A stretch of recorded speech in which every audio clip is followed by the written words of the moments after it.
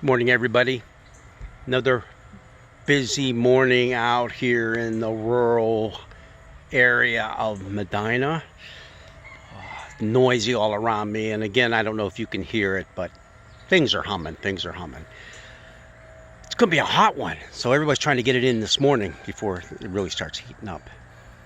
But I was up early already myself, getting everybody ready to take off for the grandkid exchange that we're doing in Ohio, because we're taking one there to be picked up and he's going back to Wisconsin, and then we're picking up another one to bring back here for a couple weeks. And I let Janice do that because she's staying overnight and I have church tomorrow. So there you go. I was thinking about our lesson for tomorrow, and our gospel text is Jesus spouting off a bunch of parables again. This time there's like 5 or 6 of them right in a row. Bang, bang, bang, bang, bang.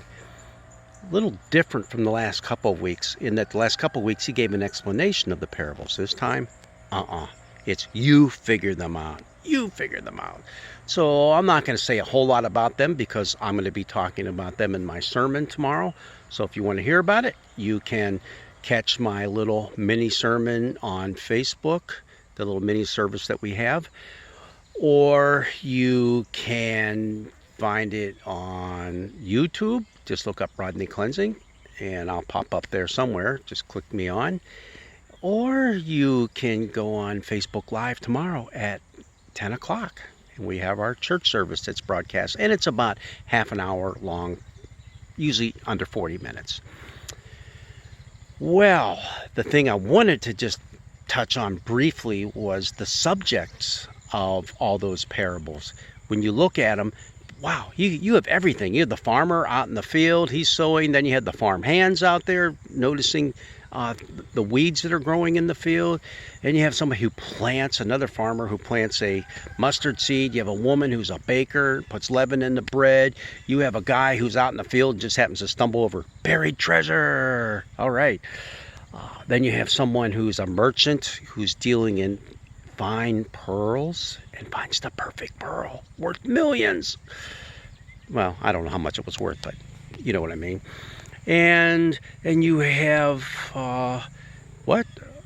You have a scribe who is a teacher of the law, who is bringing out of his well of knowledge old things and new. Now that's the thing that kind of caught my attention, because when you look throughout the Gospel of Matthew, who does Jesus rail against a lot?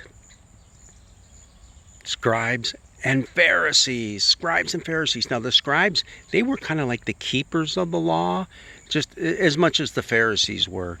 They were the ones who would interpret the Torah for the people so that they could kind of figure out, what are we supposed to do in this instance? It wasn't WWJD, what would Jesus do?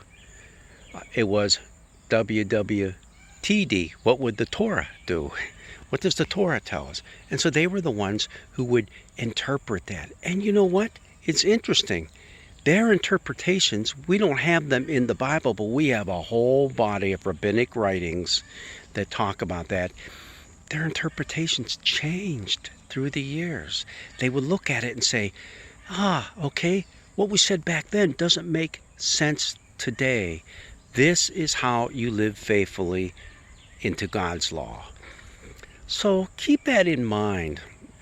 I like the fact that Jesus kind of shows them in a positive light as well. You have to tune into my sermon to find out just what he had against the scribes, right? God's blessings be with you. Have an awesome day. And remember, God's word is forever. But God's word does speak new things to us in new and different situations, in new and different ages. Have a great day.